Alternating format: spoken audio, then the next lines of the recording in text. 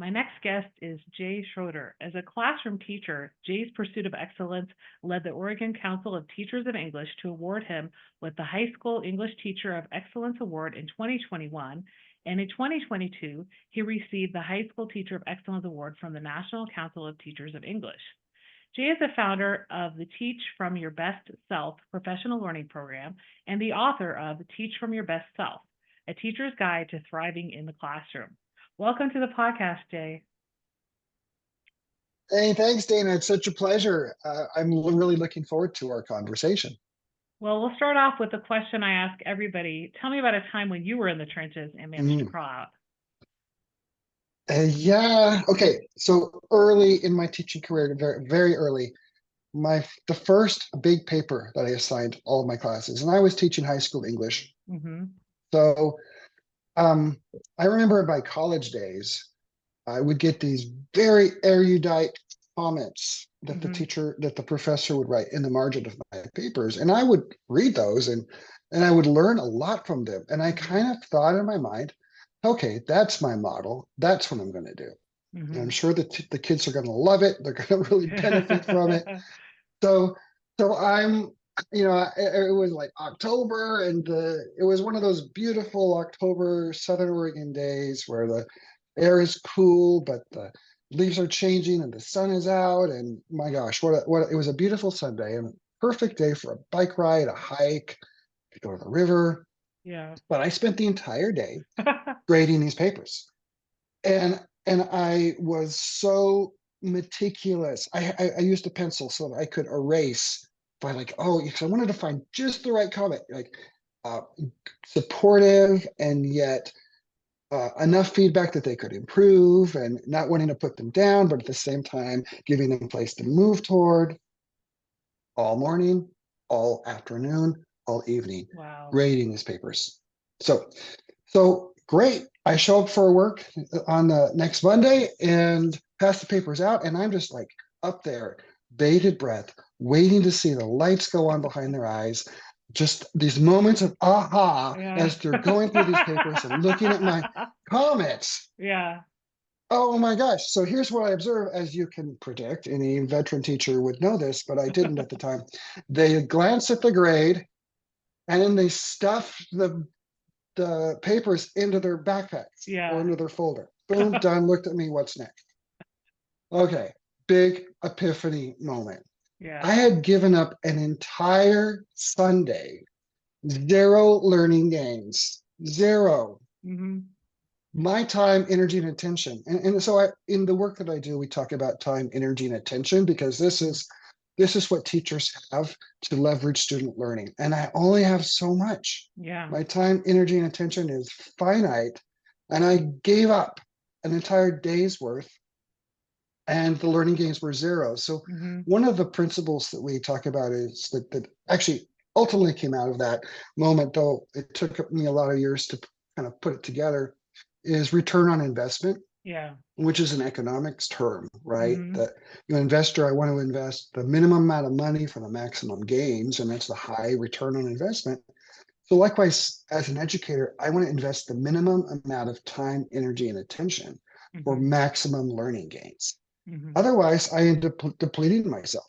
And that's what I saw on that day, after realizing I have to figure out a new way of doing this. Because one of the things about me is that I struggled a lot with chronic fatigue syndrome. Mm-hmm. So I entered the profession with that kind of malaise, and the challenge was stress would really just crush me, and the Mm-hmm. job is so stressful. So I really was highly motivated to figure out a way of doing the job that minimized the stress on me so that I could sustainably do it and maximize student learning.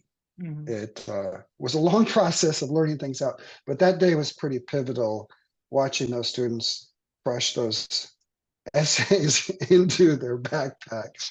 Mm-hmm. Mm-hmm. So how did that change after that first experience in your grading process? Was it more just giving them a Yeah. grade, maybe sometimes using a rubric but not writing so many comments?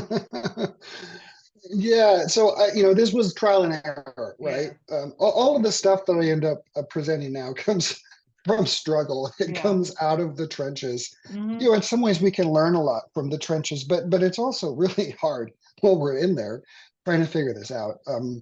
So what I ended up developing, especially for larger assignments like that, is I ended up. Oh, first I made a rule for myself that I was never going to take work home. Hmm. Period. I would get what I could do during the day, and then I would stay late sometimes. But I wanted to have that separation between my home life and Hmm. my work life. So Hmm. for me, it just worked not to take work home. And then another thing that I ended up developing is I would set the students up on engaging activity that they could do quietly, Hmm. you know, Hmm. whether it was a reading assignment or a writing assignment or something. And then I would meet with students and conference them with them one-on-one on their writing. Hmm. So that actually turned out to be a hugely valuable approach because I was grading with the students sitting next to me and having this conversation Hmm. and giving them the feedback in person. Um, and you know, interesting, they would actually thank me. And it was like talking writer to writer, right? And here they have this teacher going through their work as an important piece of writing and Hmm. discussing it and giving them feedback. And sometimes I'd even have to have, you know, ask them to redo it because it wasn't quite up to, you know, the level that we were looking for. They'd miss some stuff. Hmm. And they would just sit down and start it. Whereas if I had just handed it to them and said, we need you to redo this, they would have really fought me on that. Hmm. So there's Hmm. something about that kind of quality one-on-one attention and involving students in the grading process that worked for me, and that was one thing that for me it was like, okay, so this is high ROI. I'm I'm investing my time, energy, and attention, but students are making big gains out of this approach. Hmm. So Hmm. it was kind of more of a like a philosophical mindset shift of looking for what are ways that I can teach that cost me the least Hmm. and that students benefit from the most. Hmm. Hmm. Yeah, and I think, like you said, veteran teachers learn that along the way. I remember doing quite a lot of that as well. Teaching French for about 13 years at the high school level, and then I taught some English as well at the high school level. And you know, it depended on the level of kids I was teaching. It depended on the assignment, but there were several years where I would spend a lot of time, which was at home, grading and writing comments. You know, and then not necessarily realizing that the kids didn't really care about the written comments. So yeah, definitely meeting with kids, conferencing with them one on one goes a long way. Instead of just expecting them to read comments in the margins, even though they still do that a lot at the college level. Yeah, sure. And I guess I will just say this caveat. Um, by the time that I had developed this conference approach, I'd really upped my classroom management game. Yeah. It takes Hmm. some kind of mad classroom management skills Hmm. to be able to sit with a student one on one while the rest of the class is working independently on Hmm. something, and Yeah. to have not and to have the class not descend into chaos. So there's other stuff that it's too much for this conversation, but when I'm leading a training that I support teachers in so that Hmm. that kind of strategy can actually be successful. Hmm. Hmm.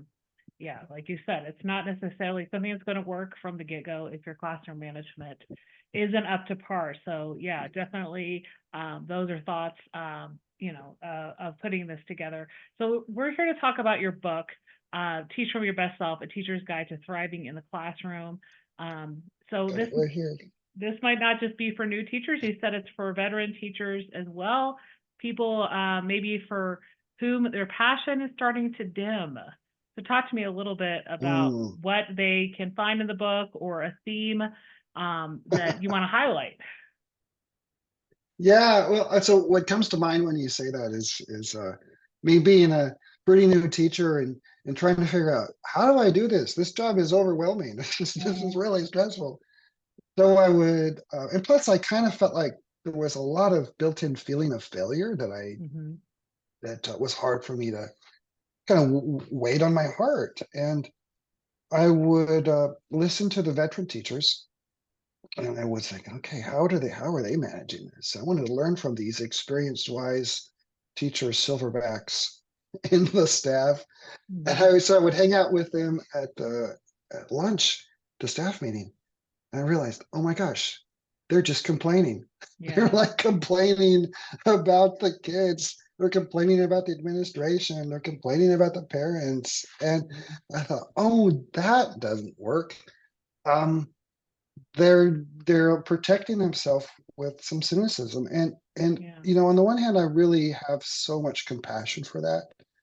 Because as educators, we need to, we feel like we need to protect our hearts, and the job is so hard, and it can be so crushing sometimes on our hearts that we reach for things that will give us Mhm. some kind of safety.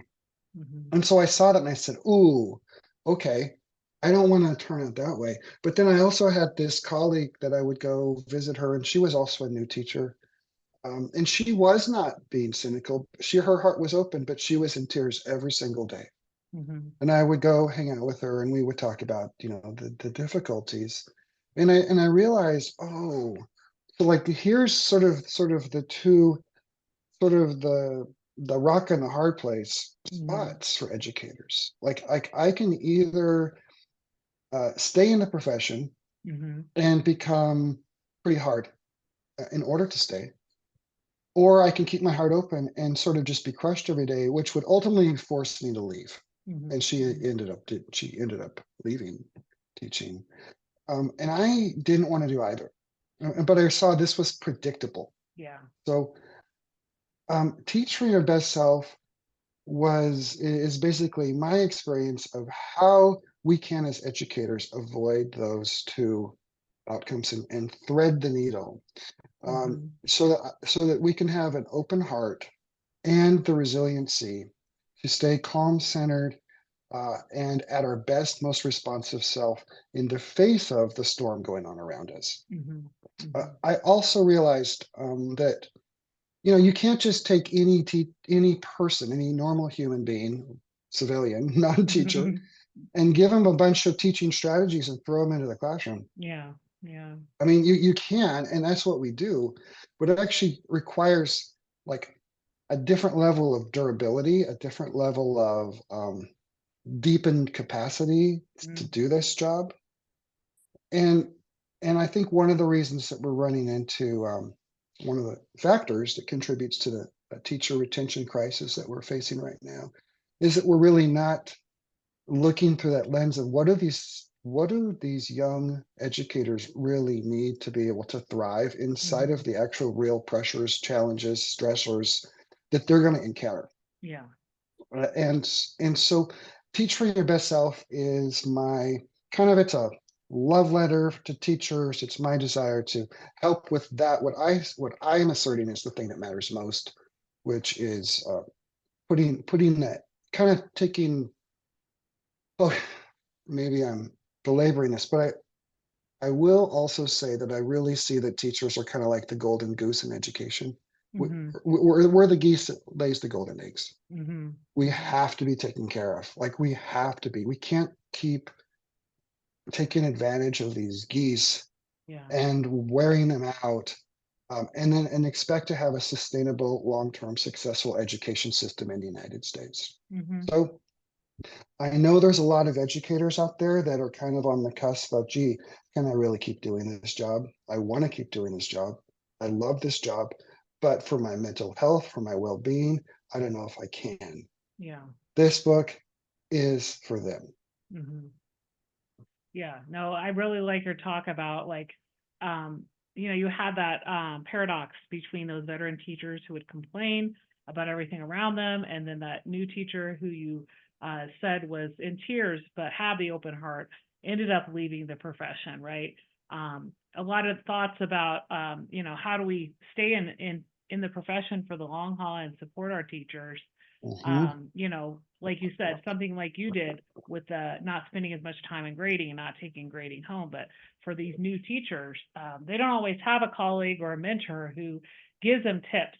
And I really like how you said at the beginning there about, comparing yourself to the veteran teachers when you're new, and feeling like they know it all and you don't know anything, right? And you work harder sometimes to emulate what you think are best Hmm. practices, even though those are often the things that will burn you out. So yeah, and then go ahead. Yeah. Well, no, I don't mean to interrupt, but the other thing that's sort of really unique in Hmm. education is that this is the only profession in which we've all gone through like 16 years at least Yeah, of of training yeah. to do it, because we've all gone through school, Hmm. from first grade and some cases kindergarten all the way through college. And so we kind of enter it thinking, we know this, Hmm. except for a lot of these models that are just sort of traditionally done because it's Yeah. what we've seen, aren't actually good for us in the long run, and aren't actually sustainable. So I just want to insert that in because it really takes us thinking outside of the box sometimes to even come up with the approaches. I mean, Hmm. like me, I wanted to do things the way that I thought it should be done based on the education that I had received. Hmm. Hmm. Yeah, and you said to me this is a book that's designed to help teachers build capacity to stay themselves in the face of the storm, whether it's a storm during COVID, whether it's now the storm of um, open positions. Teachers ask to sub Hmm. when there's not enough subs in the building. Could be the storm of ineffective leadership. Like you said, it's creating cultures, I think, within our PLCs or departments as well, that help people feel supported and happy, even if the leadership is not causing teachers to be happy. Yeah, yeah, So you wrote yeah. a few articles I wanted to talk about. One of your articles, which was published in August of 2023. So it's called "Neither Administrators or Teachers Are Doing It Well. It's time we support each other." It was written for district administration, and you talk a lot about the teacher retention crisis, but also the stress and um, the lack of support teachers feel that they're not getting from administrators. So talk a little bit about what can be done, especially if teachers want to stay in a building where there might not be supportive administrators. Hmm. Hmm. It's really tough, and I just want to acknowledge the toughness. There's not easy answers to this, right? Yeah. The the different school cultures can either make the job manageable or untenable. Yeah. We are very much affected by our surroundings, and I know that I think just about any veteran teacher that you might ask, even great ones that have become teacher of the year, I think at Mhm. some point in their career, for some reason, getting under the lens of negative scrutiny and kind Yeah. of feeling judged or criticized, or kind of like they just weren't measuring up and they just weren't doing enough. And that creates so much anxiety in in us, that it pulls resources. So I'm going to go a little bit into the neuroscience of this, but when I'm under a lot of stress, my limbic system starts pulling resources from my neocortex, my thinking Mhm. and learning brain, and sending that to basically it signals my reptilian brain to start gradually taking over, so that I have the energy that I need to fight, flee, or freeze. And that's great in cases that I'm really needing to save my life. But it's really awful when I'm Mhm. having that kind of experience and I have to show up every single day in front of my 30 second graders, Yeah. or middle schoolers. It's I'm not going to be at my best Mhm. in that kind of stressful environment. And so this is such an important piece that's not talked about in education. We end up overburdening teachers, and then we end up um, worried about, are they doing everything that we're asking them to do? And so then the next step seems to be systems of accountability, which feel to the teachers like micromanagement, and which then adds more stress, right? It Mhm. pushes teachers more deeply into the survival brain. This is how our brains work. So this Mhm. isn't the fault. like the teacher shouldn't be this way. And it's like, oh my gosh, this is human. And Mm-hmm. any human being in that kind of situation is going to have reduced capacity. They're going to have reduced ability to pull up their best tools. They're going to have reduced creativity. They're going to have reduced reflective power. They're going to have reduced ability to learn from their experiences, reduced planning, reduced ability to respond to situations as opposed to Mm-hmm. reacting. And so, from a kind of macro perspective, really looking at what we can do to lighten the stress load on teachers, Mm-hmm. super important. If I'm a teacher in that kind of environment, I've got to look at what I can do to lower my own stress load. And I also have to kind of do some deep reflection Mm-hmm. on,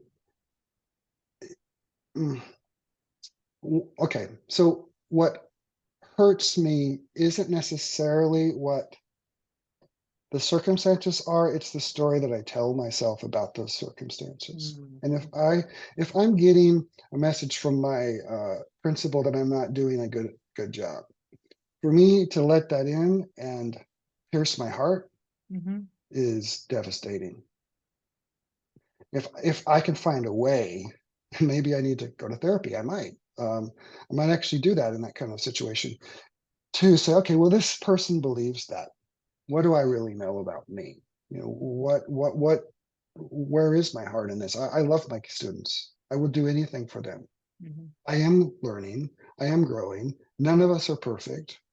We're so can I kind of stay, kind of hold my space in myself, do my best to learn from the feedback and move forward without having it sort of cripple my mental health in the process. Mm-hmm. And if I Mm-hmm. can't do that, and sometimes it's just too much. The good news is that there's a lot of educator jobs right now. So I can leave. I can go to another school that has a better environment for me, and Mm-hmm. uh, and find a way to be seen, supported, appreciated there, because we all need to be seen, supported, and appreciated in our work, especially when we're doing a job as difficult as teaching. Mm-hmm. It, human beings can't sustain, no human being can sustain the kind of challenge, difficulty, stress, pressure day in, day out, and have nobody come up and say, you know what, I really appreciate you for what you're doing. Mm-hmm. At some point, we're just going to wither and say, why am I doing this? Mm-hmm. But to be in an environment where we feel seen and appreciated for our work, it goes a long ways to helping us muster the internal resilience to continue and to do it in a way that we actually end up being energized by it. Mm-hmm. Mm-hmm. Yeah, no, Yeah. I hear a lot in there about, like you said, finding a way where you feel appreciated, finding a different place if need be, not being in a environment where you feel like you're in that survival mode constantly, um, and also working on, getting help through therapy to, not let this be your end all be all. If there is somebody who's influencing maybe your decisions or help making you feel like you're not the best educator. Maybe it could be just the leadership style or micromanaging. Yeah.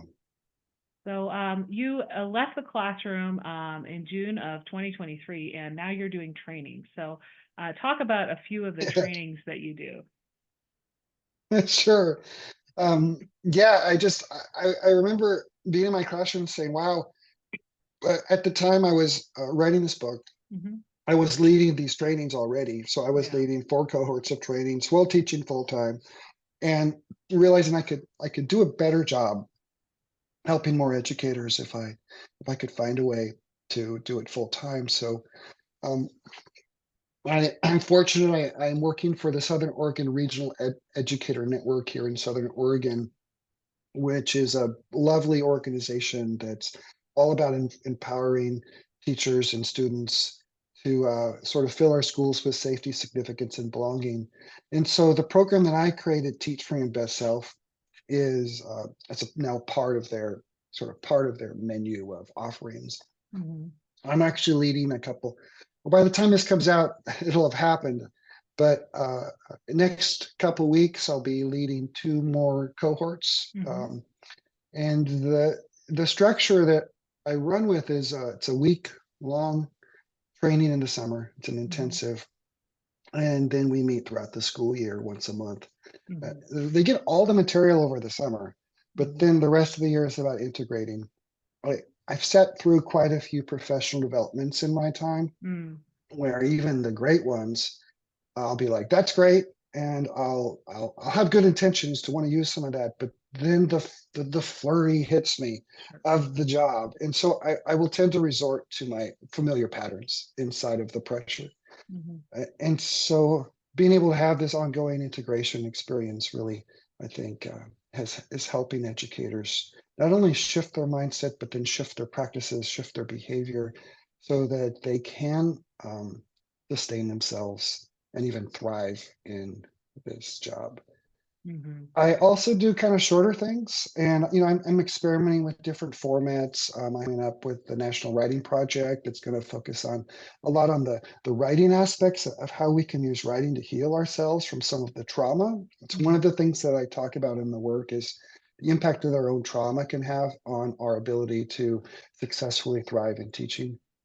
Mhm. Um, so that's another piece, and looking at, and I go around to some local schools and I'll do different trainings depending on what the school wants and what they're looking for.